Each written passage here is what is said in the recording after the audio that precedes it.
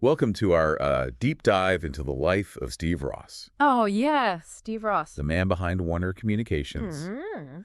and then the formation of Time Warner as we know it today. Yeah, Big topic, huge. lots to cover. Absolutely. So we'll be using Connie Bruck's biography, Oh, yeah. Master of the Game, to guide us. It's a great book. So yeah, it should be quite a ride through Hollywood and the business world, and some intriguing An connection. eyebrow-raising connection. Exactly. Yeah, for sure. Let's get started. Okay. So, you know what I find fascinating about Ross is this whole idea of him embodying the American dream, but like with a twist. Definitely a twist. He starts from humble beginnings, Yeah.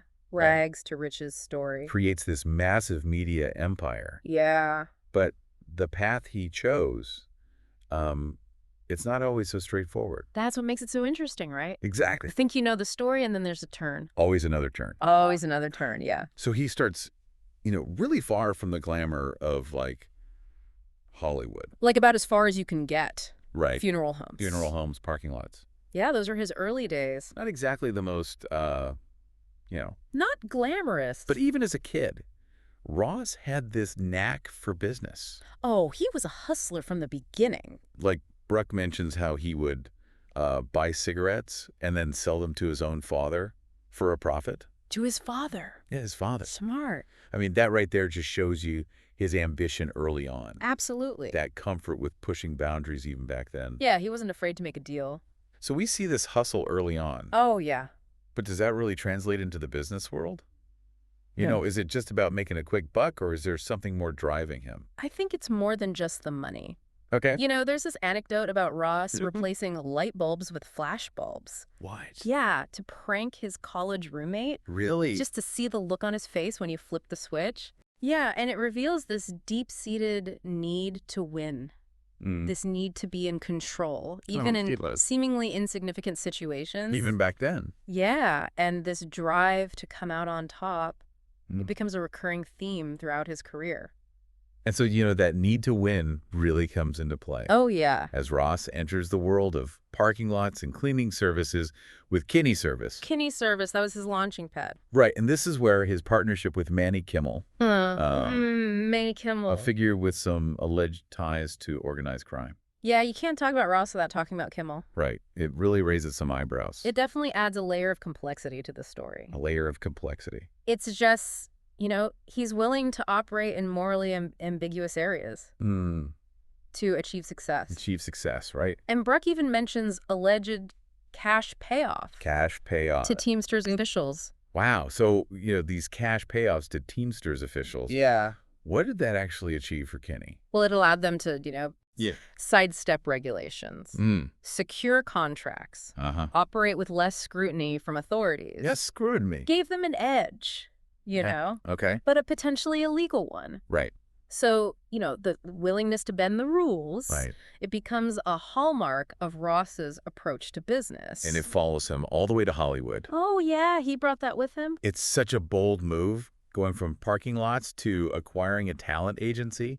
Like Ashley Famous. Like Ashley Famous, exactly. Nobody saw that coming. But then he sets his sights on something even bigger. Even bigger, Warner Bros. Warner Bros. That was a huge deal. This is where we see his ambition and persuasive skills in full force. Oh, yeah, he was a master negotiator. I mean, Warner Bros. Was a giant. A behemoth. And many saw Ross as this outsider. Yeah. Trying to, break into this established system. He was shaking things up. And yet, he convinced these skeptical analysts. He had a way of winning people over. He secures the deal. He always got what he wanted. But this wasn't just a straightforward business transaction. Oh, no. Ross's lavish spending, often using company funds, starts to raise concerns. Yeah, he had expensive tastes. He's a far cry from the kid selling cigarettes for a nickel profit. That's for sure. There's this great story about a board member who was criticizing the appearance of parking lot crews. Oh, yeah, I remember that one. Like their uniforms weren't up to par. Right.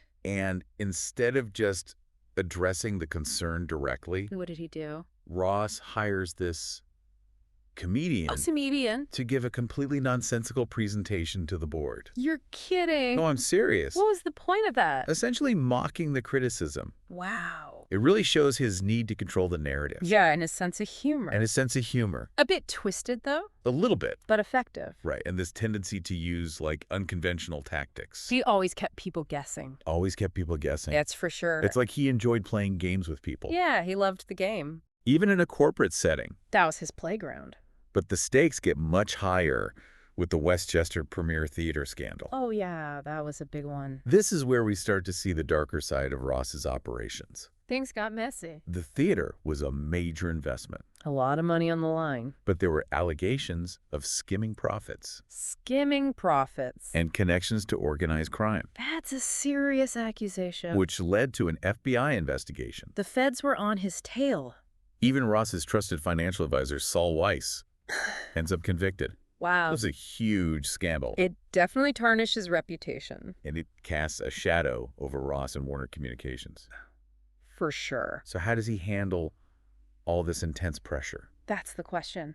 Does he take responsibility or does he try to distance himself? Well, that's what's so interesting about Ross. Okay. He maintains his loyalty to those involved. Loyalty. Including Weiss and Jay Emmett, his closest friend and colleague. Even after everything. Yeah, even after everything. Bruck even describes Ross having this emotional breakdown after Emmett pleads guilty. Really? Yeah, it really highlights his complex personality. Yeah. Ruthless in business, yet fiercely loyal to his inner circle. So we see this pattern of pushing boundaries, you know, operating in the shadows and maintaining this fierce loyalty. It's a dangerous combination. And then Ross dives headfirst into the world of video games. Yeah. Atari, with the acquisition of Atari. Another bold move. At first, it seems like a stroke of genius. Oh, yeah. Atari was huge in the early 80s. It's riding this wave of the video game craze. Pac-Man, Donkey Kong. Generating huge profit. Money was pouring in. But then comes the infamous E.T. game. Oh, the E.T. game. The legendary flop. Legendary flop. That cost Atari millions. Billions. What does this disastrous decision reveal about Ross's leadership style? It shows a willingness to take risks. But maybe not always with the company's best interests in mind. It paints a picture of someone who's willing to gamble. He was a gambler at heart. Maybe not always with the best information. Yeah. And he also faced accusations of insider trading. Insider trading. After selling a large chunk of his WCI stock before the Atari crash became public. So it's this pattern of risky ventures. Yeah, he was always looking for the next big thing. And then Ross sets his sights on an even bigger prize. Bigger than Atari. Bigger than Atari. Wow. Time Inc. Time Inc. This isn't just about acquiring another company. This is about creating a media behemoth. A media behemoth. A merger that would reshape the entire entertainment landscape. Wow. Yeah, Time Warner was born. So we'll pick up the story there next time on our deep dive into the life of Steve Ross. I can't wait. It's going to be wild. It's going to be a roller coaster. It's a roller coaster ride. Just like Ross's life. Exactly. Buckle up. Buckle up. So this Time Warner merger, yeah. I mean, it was more than just a typical business deal. Right. It was like a culture clash. Yeah. A battle of egos. This high-stakes game of corporate chess. So you have Steve Ross, right? The ambitious, charismatic figure who, you know, we've seen isn't afraid to bend the rules. Yeah, play it close to the edge. And then on the other side, you have Time Inc.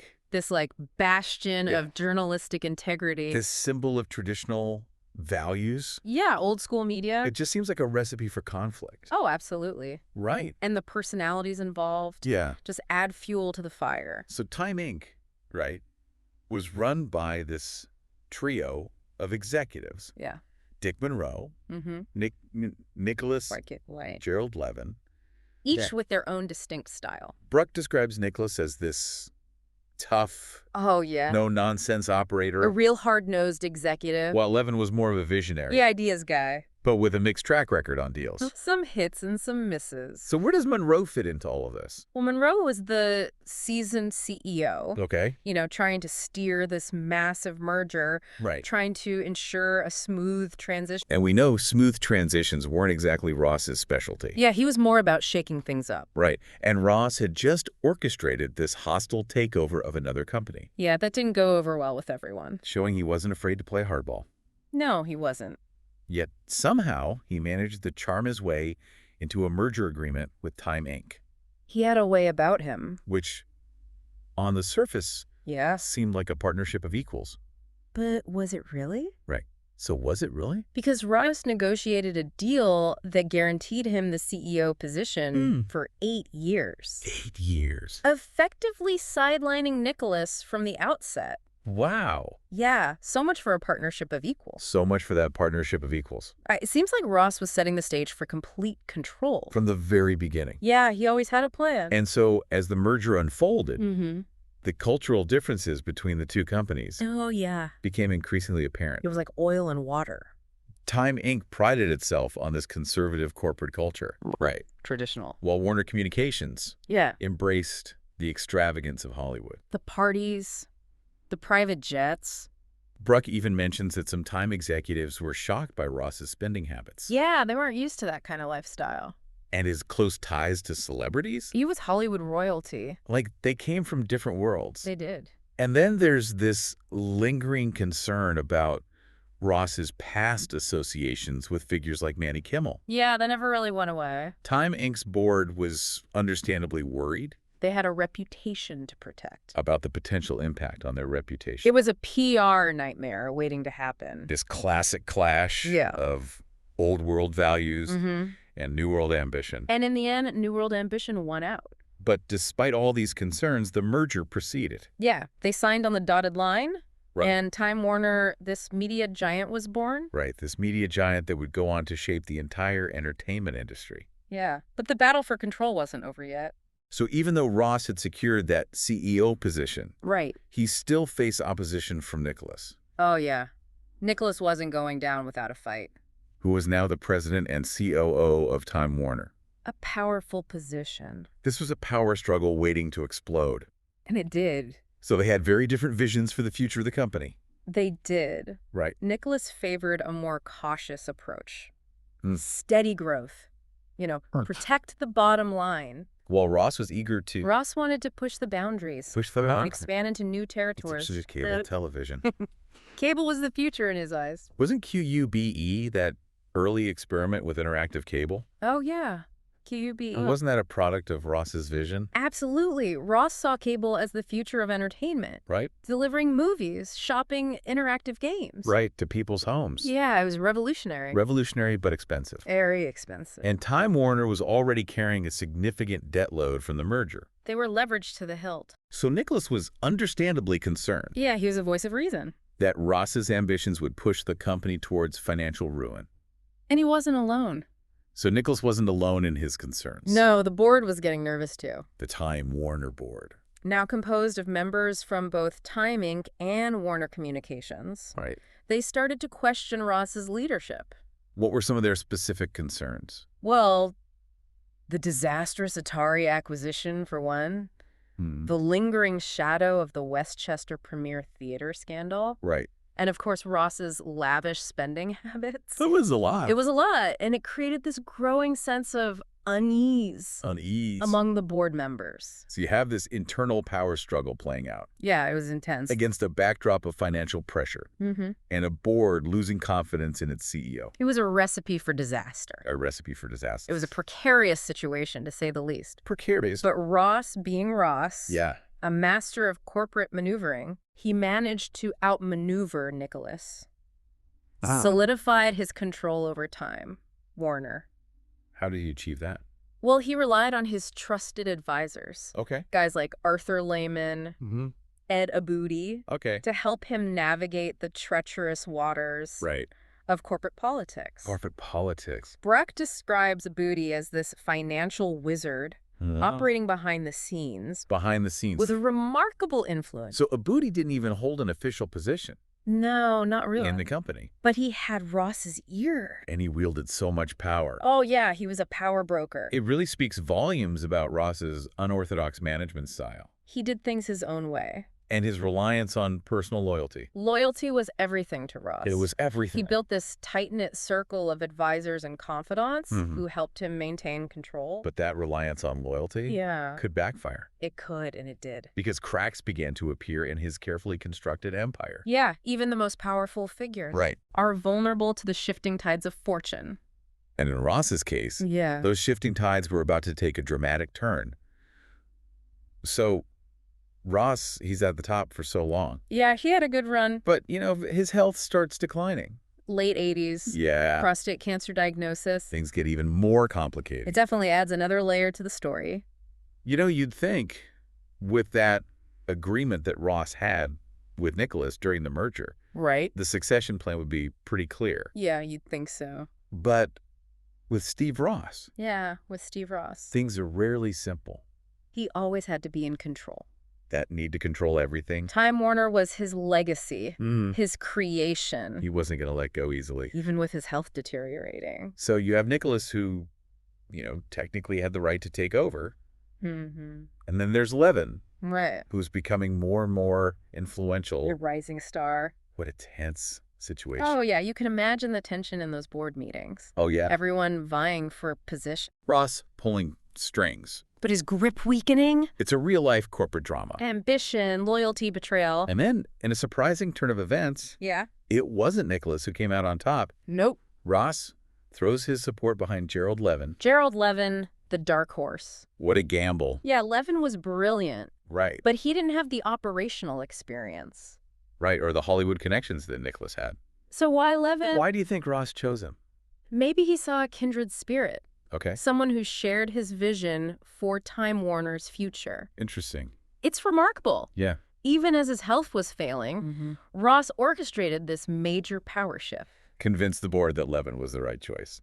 Testament to his political savvy. It wasn't a total victory, though. No. He hands over the CEO title to Levin. But holds on to the chairman role. Continuing to exert influence. He wasn't giving up completely. But it couldn't last forever. No. His health continued to worsen. 1992. He passes away at the age of 65. End of an era. For Time Warner. For the entire entertainment industry. Steve Ross left his mark. So looking back, Ross's legacy is complex. Multifaceted, for sure. He built a media empire. No doubt about that. But his methods... questionable at times. And he left behind a company facing debt. Yeah, they had a lot of challenges ahead. And all these internal divisions. Yeah, the power struggles continued even after Ross was gone. It's interesting how Bruck ends her book talking about Ross's fascination. Oh, yeah. With the movie It's a Wonderful Life. It's a Wonderful Life. She even tells a story about him checking into a hospital. Under an assumed name? Under the name George Bailey. The main character from the film. Classic Ross, always in control of the narrative. Always. Do you think he saw himself as a George Bailey figure? A man who sacrificed for the greater good. Maybe it was one last grand gesture. Right. A final attempt to shape how people would remember him. So what can we learn from the life and times of Steve Ross? Well, it really makes you think about ambition. About the cost of success. The blurred lines between brilliance and ruthlessness. Yeah. Ross's life was like a Hollywood movie itself. Full of drama. Unforgettable characters. But it also serves as a cautionary tale. It reminds us that unchecked power, greed, can have devastating consequences. It makes you consider the choices we make. Yeah. And the ripple effects they have on ourselves. And the world around us. Steve Ross's story is a reminder that the pursuit of success can come at a steep price. And that's our deep dive into the life of Steve Ross. Thanks for joining us.